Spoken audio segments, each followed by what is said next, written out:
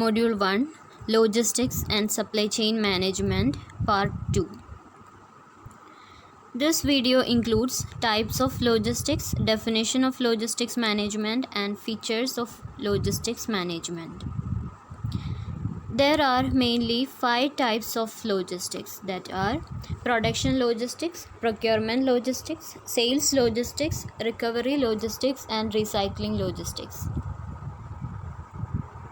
First one, procurement logistics.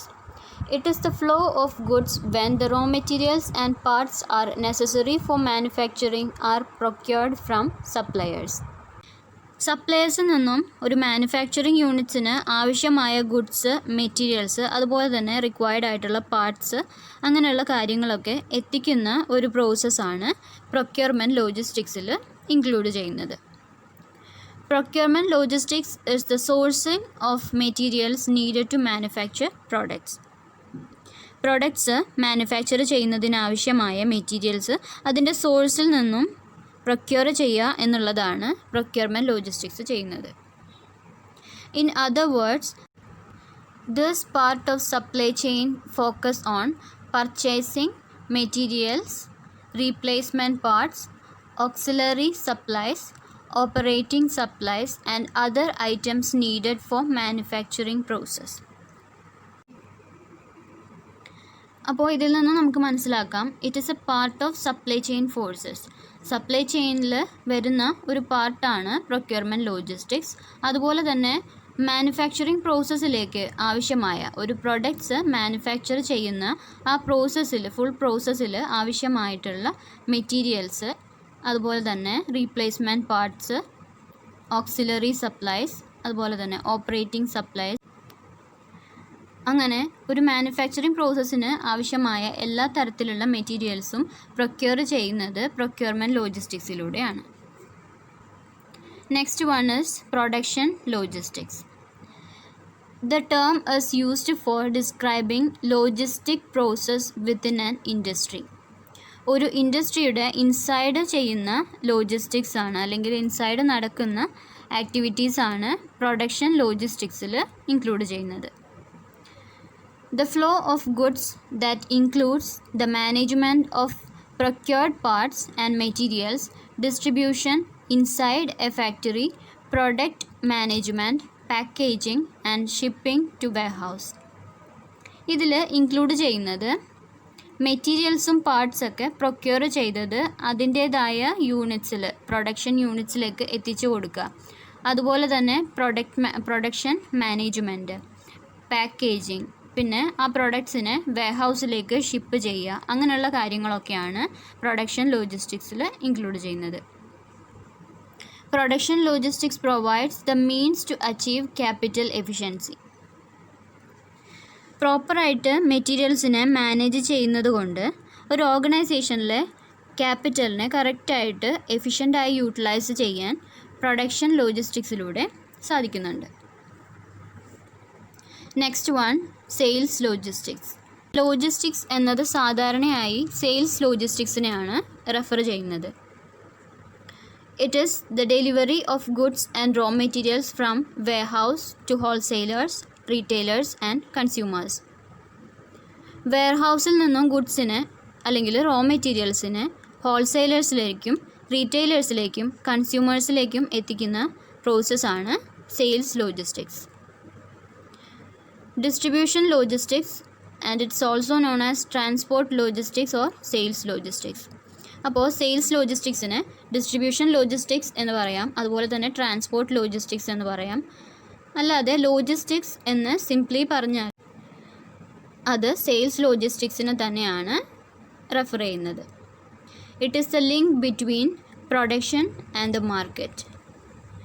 പ്രൊഡക്ഷനും മാർക്കറ്റും തമ്മിലുള്ള ഒരു ലിങ്കായിട്ട് സെയിൽസ് ലോജിസ്റ്റിക്സിനെ പറയാം. കാരണം പ്രൊഡ്യൂസ് ചെയ്ത പ്രൊഡക്ട്സ് കസ്റ്റമറിലേക്ക് എത്തിക്കുന്ന അല്ലെങ്കിൽ മാർക്കറ്റിലേക്ക് എത്തിക്കുന്നത് സെയിൽസ് ലോജിസ്റ്റിക്സിലൂടെയാണ്. ഫൈനൽ പ്രൊഡക്ട്സ് ആ പ്രൊഡക്ഷൻ സെൻറ്ററിൽ നിന്നും മാർക്കറ്റിലേക്ക് സെയിൽസിന് വേണ്ടി എത്തിക്കുന്നത് സെയിൽസ് ലോജിസ്റ്റിക്സിലൂടെയാണ്. It comprises all processes involved in distribution of goods from manufacturing companies to consumers. Customers എന്ന് പറയുന്നത് ഫൈനൽ കസ്റ്റമേഴ്സും ആകാം, അതുപോലെ തന്നെ മാനുഫാക്ചറേഴ്സും ആവാം. കാരണം റോ മെറ്റീരിയൽസ് അതിൻ്റെ സോഴ്സിൽ നിന്നും മാനുഫാക്ചറേഴ്സിലേക്ക് എത്തിക്കുക എന്നുള്ളതും സെയിൽസ് ലോജിസ്റ്റിക്സിൽ ഇൻക്ലൂഡ് ചെയ്യുന്നുണ്ട്. അതുപോലെ തന്നെ ഫൈനൽ പ്രൊഡക്ട്സ് മാനുഫാക്ചറിങ് യൂണിറ്റ്സിൽ നിന്നും കസ്റ്റമറിലേക്ക് എത്തിക്കുക എന്നുള്ളതും സെയിൽസ് ലോജിസ്റ്റിക്സിലൂടെ തന്നെയാണ് സാധ്യമാകുന്നത്. Next one, recovery logistics. It includes recovering and recycling products, containers and packaging. ഇതിൽ പ്രോഡക്ട്സിനെയും അതിൻ്റെ കണ്ടെയ്നേഴ്സിനെയും റിക്കവർ ചെയ്യുക, റീസൈക്കിൾ ചെയ്യുക എന്നുള്ള കാര്യങ്ങളൊക്കെയാണ് റിക്കവറി ലോജിസ്റ്റിക്സിൽ ഇൻക്ലൂഡ് ചെയ്യുന്നത്. ഇതിൽ നമ്മൾക്ക് ഫോർവേഡ് ലോജിസ്റ്റിക്സും അതുപോലെ തന്നെ റിവേഴ്സ് ലോജിസ്റ്റിക്സും എന്താണെന്ന് നോക്കാം. Forward logistics. It is used to manage the forward movement of goods from raw materials to consumer. അപ്പോൾ റോ മെറ്റീരിയൽസ് കൺസ്യൂമറിലേക്ക് എത്തിക്കുന്ന പ്രോസസ്സിനെയാണ് ഫോർവേഡ് ലോജിസ്റ്റിക്സ് എന്ന് പറയുന്നത്. It is the flow of goods from the producer to the consumption by procurement logistics, production logistics and sales logistics is described using circulatory system is said to be forward logistics. അപ്പോൾ raw materials directly എങ്ങനെ production process കഴിഞ്ഞ് കസ്റ്റമേഴ്സിലേക്ക് എത്തും എന്നുള്ളതാണ് forward ലോജിസ്റ്റിക്സിൽ പറയുന്നത്. ഇതിനിടയിൽ വരുന്നത് procurement logistics ഉണ്ട്, production logistics, പിന്നെ സെയിൽസ് ലോജിസ്റ്റിക്സ്. ഇതിലൂടെയൊക്കെയാണ് ഒരു മെറ്റീരിയൽ ഫിനിഷ്ഡ് ഗുഡ്സ് ആയിട്ട് കസ്റ്റമറിലേക്ക് എത്തുന്നത്. സോ അതിനെയാണ് ഫോർവേഡ് ലോജിസ്റ്റിക്സ് എന്ന് പറയുന്നത്. റിവേഴ്സ് ലോജിസ്റ്റിക്സിനെയാണ് റിക്കവറി ലോജിസ്റ്റിക്സ് എന്ന് പറയുന്നത്. It is used to manage the reverse movement of goods from the end user to the manufacturer or even back to raw materials through recycling. അപ്പോൾ goods അതിൻ്റെ യൂസേഴ്സിൽ നിന്നും reverse മാനുഫാക്ചറേഴ്സിലേക്ക് raw materials ആയിട്ട് എത്തുന്ന പ്രോസസ്സാണ് reverse logistics. Forward ലോജിസ്റ്റിക്സിൻ്റെ നേരെ opposite. Forward logistics എന്നാൽ മെറ്റീരിയൽസ് ഫൈനൽ ഗുഡ്സ് ആയിട്ട് കൺസ്യൂമേഴ്സിലേക്ക് എത്തുന്നതായിരുന്നു. റിവേഴ്സ് ലോജിസ്റ്റിക്സ് എന്ന് പറയുമ്പോൾ ആ കൺസ്യൂമേഴ്സ് യൂസ് ചെയ്ത് പ്രൊഡക്ട്സ് റീസൈക്കിൾ ചെയ്ത് മാനുഫാക്ചററിലേക്ക് എത്തുന്നതിനെയാണ് റിവേഴ്സ് ലോജിസ്റ്റിക്സ് എന്ന് പറയുന്നത്. It is that covers and recycles products and containers that have fulfilled their roles. അപ്പോൾ യൂസ് ചെയ്ത ബോട്ടിൽസും കണ്ടെയ്നേഴ്സ് അങ്ങനെയുള്ള സാധനങ്ങളൊക്കെ റീസൈക്കിൾ ചെയ്ത് തിരിച്ച് മാനുഫാക്ചറേഴ്സിലേക്ക് വേറെ പ്രോഡക്ട്സ് പ്രൊഡ്യൂസ് ചെയ്യാനുള്ള മെറ്റീരിയൽസ് ആയിട്ട് എത്തുന്നതാണ് recovery logistics. Then next one, recycling logistics. ഡയഗ്രത്തിൽ കാണിക്കുന്നത് പ്രൊക്യൂർമെൻറ്റ് ലോജിസ്റ്റിക്സ് ഉണ്ട്, പ്രൊഡക്ഷൻ ലോജിസ്റ്റിക്സ് ഉണ്ട്, സെയിൽസ് ലോജിസ്റ്റിക്സ് ഉണ്ട്, ലാസ്റ്റ് റിക്കവറി ലോജിസ്റ്റിക്സ് ഉണ്ട്.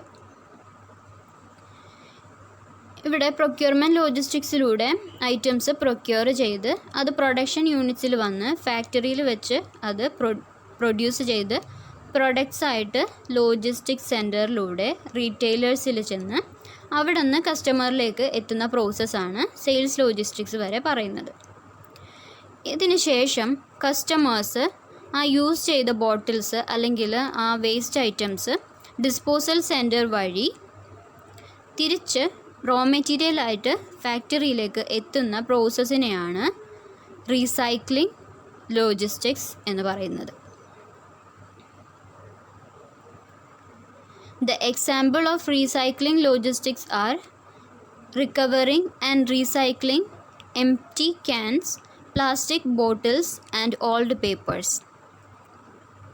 Empty ബോട്ടിൽസും പ്ലാസ്റ്റിക് ബോട്ടിൽസ്, എംറ്റി ക്യാൻസ്, അതുപോലെ തന്നെ വേസ്റ്റ് പേപ്പേഴ്സൊക്കെ റീസൈക്കിൾ ചെയ്ത് റിക്കവറി ചെയ്ത് തിരിച്ച് റോ മെറ്റീരിയലായിട്ട് ഫാക്ടറിയിലെത്തുന്ന പ്രോസസ്സാണ് റിക്കവറി ലോജിസ്റ്റിക്സിൽ വരിക. Importance of recycling logistics has been increasing in recent years as measures for environment and to effectively utilize materials.